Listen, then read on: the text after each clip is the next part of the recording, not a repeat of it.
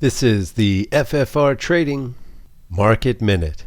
This is a daily candlestick chart of the SPY, the ETF for the S&P 500.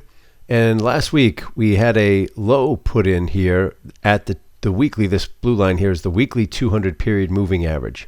And I said last week, because we have reached that weekly 200 period support and we see we had a low in our RSI here and then a higher low. So the market made a lower low, but the indicator made a higher low.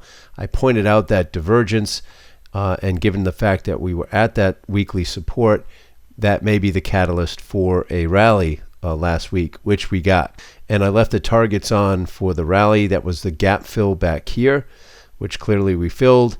And then I mentioned that the 20 period moving average here, as we move forward in time, would be coming down, and that would act as resistance and a potential second target there. So we reached that target, and then the market rolled over again here.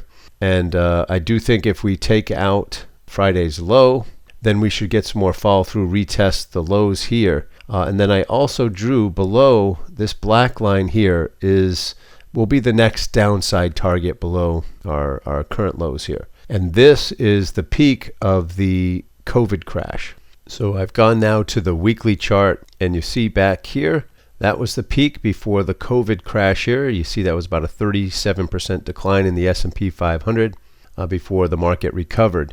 And so I've drawn the line, extended it out here to where we are currently. Again, here's your weekly 200 period moving average. That's the support that we're at currently, or that we just bounced off of. And the next downside target, I believe, will be this high from the COVID crash. Now, if we're not able to take out Friday's lows, all right, then any rally will be met with resistance at the 20 period moving average here. So I think Friday's low will be a key. If we can break that, we should see further downside, at least a test of the prior weekly 200 period moving average, and then below that again will be the COVID highs before the crash there, and to the long side we'll get a resistance at the 20 period moving average. Another full slate of news for the week, starting on Monday with the Fed speaker and some of the highlights. We've got FOMC minutes, 2 o'clock on Wednesday. That will be a high impact report. You've got core CPI on Thursday, and Friday you've got retail sales.